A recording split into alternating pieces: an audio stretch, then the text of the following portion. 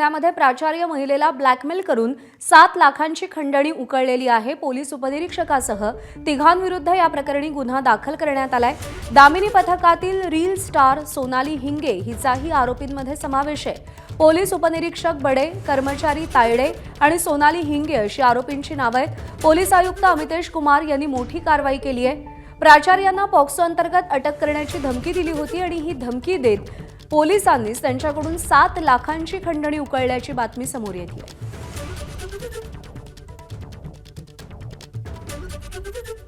Police उपनिरीक्षकासह तिघांविरुद्ध गुन्हा दाखल करण्यात आलेला आहे।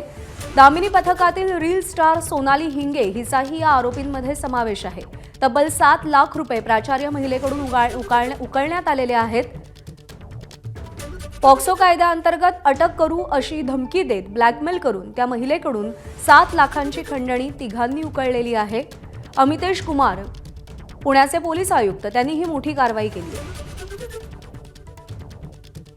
शिवानी पांढरे आपली प्रतिनिधी आपल्याला या सगळ्या संदर्भात अधिक अपडेट देईल। शिवानी, पुण्यात पोलिसांचं चाललंय काय?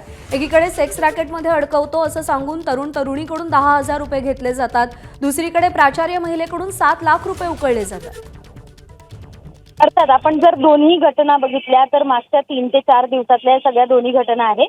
एकीकडे पोलिसांचा धाक उरलाय का नाही असा प्रश्न असतानाच पोलिसच या सगळ्या कडनं पैसे घेण्याचा प्रकार असू दे, त्यांच्याकडनं खंडणी मागण्याचा प्रकार करतायत हे समोर आलंय। आपण जर बघितलं तर या घटनेत ज्या एका शाळेच्या प्राचार्य महिला होत्या त्यांना ब्लॅकमेल करून त्यांच्याकडनं 7 लाख रुपयाची खंडणी उकळल्याचा सगळा प्रकार आहे।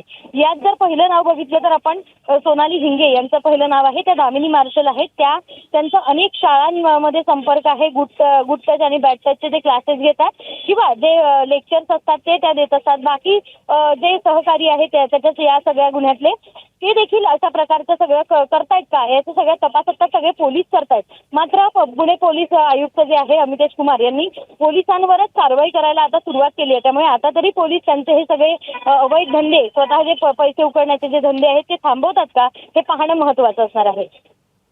शिवानी, धन्यवाद दिलेल्या माहितीसाठी। एबीपी माझा, उघडा डोळे बघा नीट।